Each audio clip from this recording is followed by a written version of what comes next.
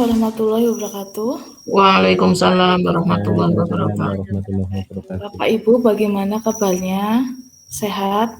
Alhamdulillah. Alhamdulillah sehat, Bu. Masih semangat Bapak Ibu? Masih. Oke, baik. Sebelum kita mulai sesi ini, marilah kita berdoa bersama-sama. Semoga kegiatan ini diberi kelancaran dan dapat menambah pengetahuan untuk kita semua. Berdoa dimulai. Bismillahirrahmanirrahim.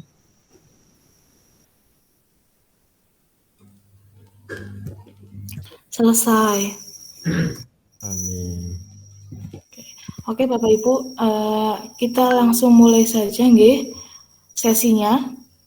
Ini saya akan membagikan PPT tentang asesmen. Sudah muncul belum Bapak Ibu? Sudah, Bu. Baru proses. Sudah. Ya. Sebelumnya Bapak Ibu tahu atau tidak asesmen formatif dan sumatif itu apa? Belum, Ibu. Belum. Dereng, Bu. Oke, kalau gitu kita mulai saja ya dari pengertiannya.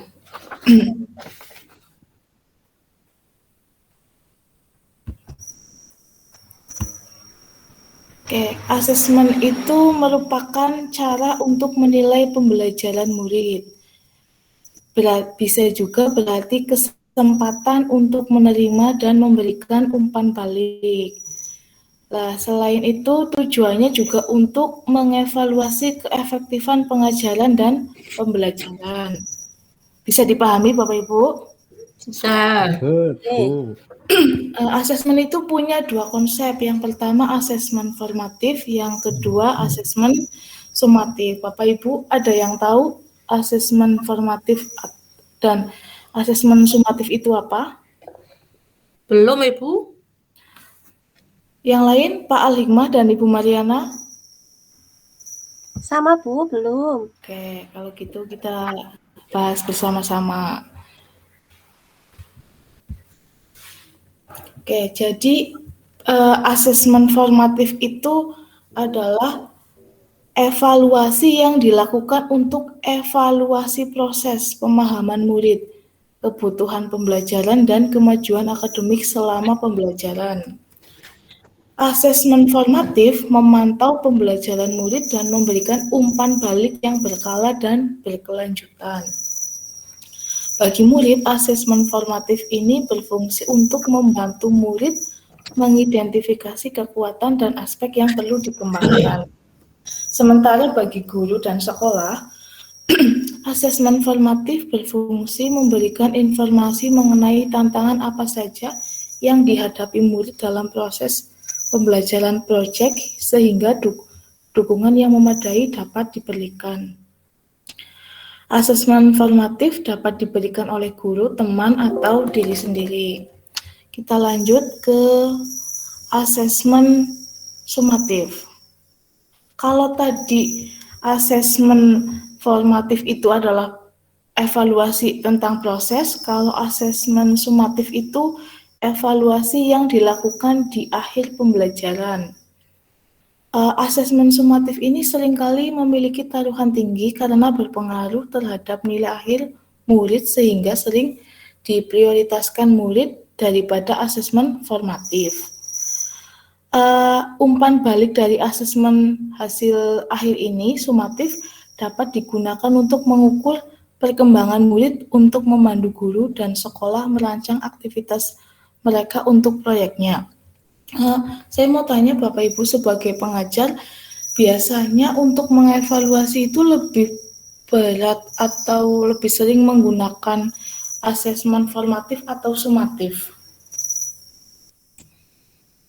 Formatif, Bu. Formatif. Yang lain, Pak Hikmah dan Bu Mariana?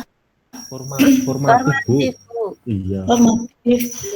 Tapi belum iya. itu, Bu, belum tertulis. Oh ya. Kalau misalnya nilai anak sudah nilai akhir ya, maksudnya ya Bapak Ibu, nilai akhir anak sudah memenuhi KKM, kira-kira masih mau menggunakan asesmen formatif atau tidak? Diulangi Bu. Kalau misal anak didik Bapak Ibu sudah di tes itu di hasil akhir sudah nilainya sudah memenuhi KKM, Bapak Ibu masih mau menggunakan asesmen formatifnya atau tidak? Asesmen secara prosesnya atau tidak? Atau hanya melihat ke hasilnya karena sudah bagus? Melihat hasilnya Bu, karena sudah bagus. Melihat hasilnya, Bu. Oh, berarti Jadi, Kalau- asesmen formatif itu digunakan ketika hasil akhirnya kurang memuaskan, begitu Bapak Ibu? Iya. Oh iya. Ngapunten Untuk- Bu, saya mandan berbeda Bu. Kenapa Dina. Pak? Berbeda Iya. gimana? Ketika nilai siswa itu sudah misal KKM 75, tapi karena keaktifan siswa dan tugas-tugas yang lainnya juga mendapatkan nilai yang bagus, di situ saya gunakan rata-rata Bu, biasanya lebih tinggi dari hasil akhir Bu. Oh Itu begitu bagaimana ya? ya Bu? Ya itu malah bijak Pak. Jadi keduanya dipakai begitu, mempertimbangkan dua nilai. Begitu Pak. Bu, tanya boleh Bu? Nggih Bu, tanya apa? Bagaimana ya Bu caranya membuat umpan balik yang efektif bagi siswa itu? Oh begitu, nanti untuk yang efektif kita bahas nanti kita bahas nih Bu. Oh, nggih. Sementara ini untuk yang tujuan asesmen formatif dan sumatif dulu. Nanti kalau tentang umpan balik kita ada di setelah ini gitu.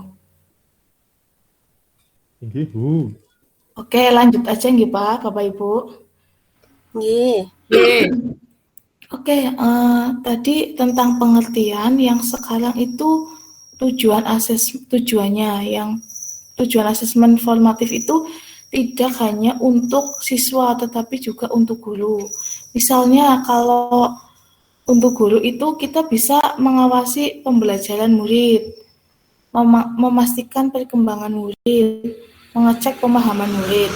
Sedangkan tujuan untuk muridnya yang pertama itu dapat mengevaluasi pembelajaran sendiri, membangun pengetahuan, mengidentifikasi kekuatan dan kelemahan, serta meningkatkan kemampuan.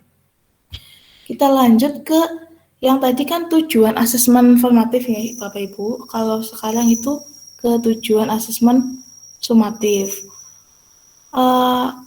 Untuk guru, tujuan asesmen sumatif itu bisa mengukur apakah murid sudah memenuhi capaian pembelajaran dan sejauh mana sudah mencapai akhir unit pembelajaran, serta untuk meningkatkan pengajaran dan pembelajaran selanjutnya.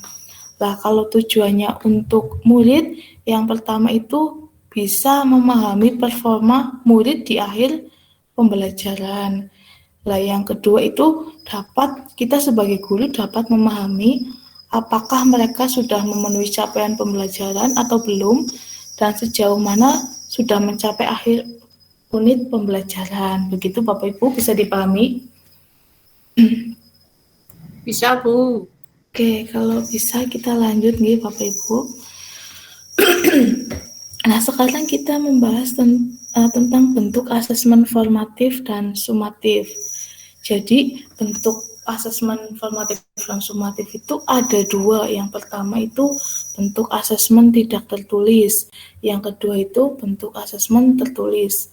Nah, contoh asesmen tidak tertulis itu misalnya diskusi kelas, menciptakan produk, menciptakan drama, presentasi, dan tes lisan. Untuk contoh bentuk asesmen tidak tertulis itu ada refleksi, esai, jurnal, poster, dan tes tertulis. Bisa dipahami Bapak Ibu? Bisa, Bu. Atau misal menurut Bapak Ibu ada contoh lagi selain yang tertera di PowerPoint? Umpan balik biasanya berisi hal baik yang sudah dilakukan. hal yang butuh perbaikan, dan hal yang bisa dikembangkan untuk aktivitas selanjutnya. Umpan balik bagi guru itu bisa memberikan informasi perkembangan murid untuk memodifikasi pengajaran dan pembelajaran di masa depan. Sedangkan umpan balik bagi murid bisa membantu murid untuk mengetahui kelebihan dan kekurangan mereka sehingga murid dapat mengatur dan merasa berperan dalam proses pembelajaran mereka. Nah, yang kedua, manfaatnya atau umpan balik bagi murid itu dapat memberikan umpan balik kepada sesama teman, juga memberikan kesempatan bagi murid untuk belajar dari satu sama lain, gitu. Untuk selanjutnya kita ke sampai sini ada pertanyaan atau tidak, Bapak Ibu? Tadi Bu, bagaimana memberikan umpan balik yang efektif ke siswa itu kira-kira apa ya Bu? Oh, umpan balik yang positif dari siswa. Oke.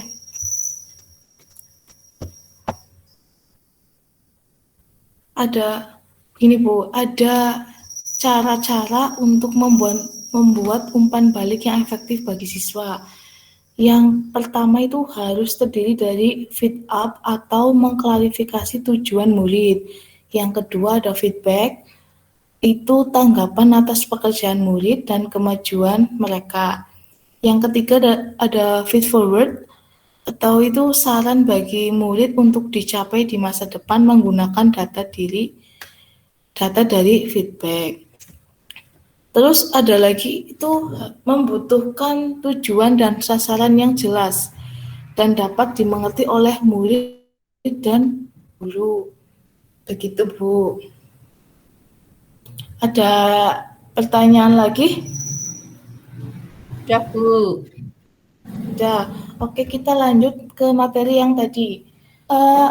Dalam umpan balik itu ada 10 prinsip pemberian umpan balik yang efektif. Yang pertama itu mudah. Yang kedua itu transferable. Yang ketiga melihat ke belakang. Yang keempat spesifik. Yang kelima lebih dari penilaian. Yang keenam tepat waktu. Yang ketujuh ada kontekstual. Yang kedelapan ada seimbang. Yang kesembilan ada melihat ke depan. Dan yang terakhir itu ada selektif. Kira-kira dari 10 prinsip ini bisa dipahami artinya atau tidak, Bapak Ibu? Bisa dipahami artinya atau tidak? Bisa Bu, sebenarnya mudah kok. Sepertinya tidak terlalu sulit untuk dipahami. Untuk Bu Mariana, apa sudah bisa memahami semuanya? Insya Allah Bu. Oke, Bu Mariana? Bu Mariana kemana ini? Iya Bu, di sini Bu. Ya, dari 10 prinsip tersebut apakah sudah bisa dipahami? Ini Bu, belum Bu, mengenai tentang yang prinsip transferable. Itu maksudnya apa ya Bu? Prinsip transferable itu fokus kepada proses pembelajaran yang mengembangkan keterampilan yang lintas pekerjaan dan konteks kehidupan, Bu. Begitu bisa dipahami? Insya Allah. Oke. Kalau gitu kita lanjut ke materi selanjutnya, untuk yang tadi kan ada umpan balik yang efektif bagi murid ya, Bapak Ibu. Kalau sekarang itu ada umpan balik yang efektif bagi guru. Misalnya, guru itu tahu komponen penting apa yang perlu ada di siswa, terus dokumen apa yang bisa dipakai guru untuk menjadi acuan penulisan umpan balik yang efektif dan objektif. Dan apakah format umpan balik yang sederhana dan mudah dipahami oleh murid, dan seberapa sering umpan balik harus diberikan. Misalnya kalau siswanya tidak ada masalah, ya umpan baliknya begitu bagus begitu ya Bu. Tapi kalau ada masalah, umpan baliknya mungkin bisa lebih banyak dari teman yang lain. Lah, yang berikutnya itu guru dapat mengetahui seberapa panjang dan detail penulisan umpan balik yang efektif. Dan yang terakhir itu, guru tahu bagaimana agar murid tertarik untuk membaca umpan balik dan mendapatkan manfaat yang maksimal. Sampai di sini bisa dipahami Bapak Ibu? Bisa, Bu. Kalau Bu, Oke. Gimana Pak Alima, bisa? insya Allah sakit Bu. Oh iya. Oke, kalau gitu kita lanjut. Ini ada contoh langsung umpan balik secara berjenjang. Misalnya yang pertama itu klarifikasi. Bapak Ibu bisa memberikan klarifikasi kepada siswa, misalnya dimulai dengan kata-kata, bisa tolong jelaskan lagi tentang apa yang kamu sampaikan tadi. Terus yang kedua itu ada penilaian. Misalnya, ini menarik karena kamu sudah mampu untuk memahami materi tersebut. Nah, yang ketiga itu perhatian. Misalnya, bagaimana kamu bisa berpikir seperti ini sampai sejauh ini. Nah, yang keempat itu ada saran.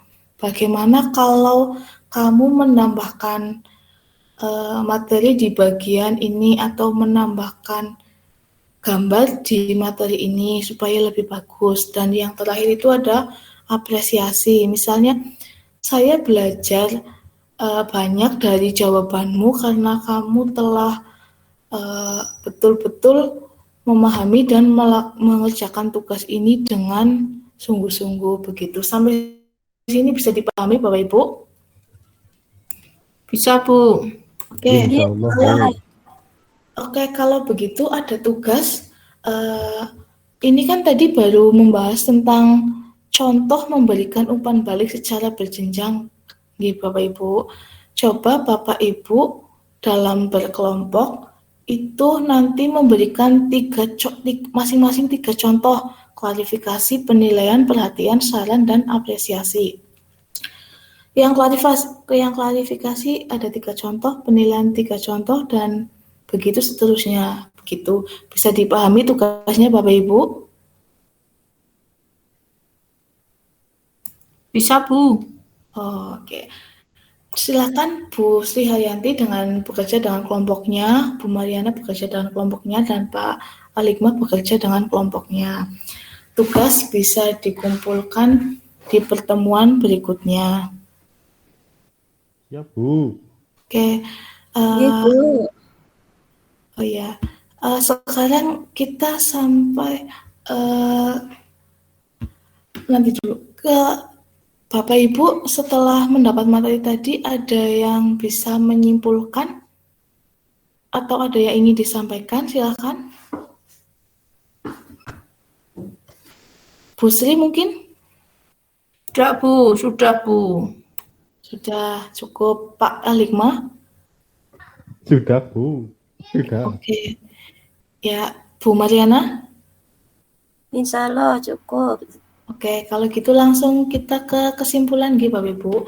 Jadi pada kurikulum ini, pada kurikulum PK, guru itu diharapkan memberikan proporsi lebih banyak pada pelaksanaan asesmen formatif daripada menitikberatkan orientasi pada asesmen sumatif. Harapannya ini akan mendukung proses penanaman kesadaran bahwa proses itu lebih penting daripada sebatas hasil akhir. Begitu Bapak Ibu bisa dipahami? Ya, Bu. Dan semoga bisa diterapkan di penilaian Bapak Ibu Bu. Bahwa siswa yang nilai akhirnya itu kurang memuaskan, Bapak Ibu bisa mempertimbangkan dari prosesnya begitu. Kalau begitu jangan lupa tugasnya untuk minggu depan Bapak Ibu, untuk pertemuan berikutnya. Kalau begitu saya akhiri sampai di sini. Mohon maaf apabila ada kata yang kurang berkenan di Bapak Ibu. Semoga apa yang kita pelajari hari ini dapat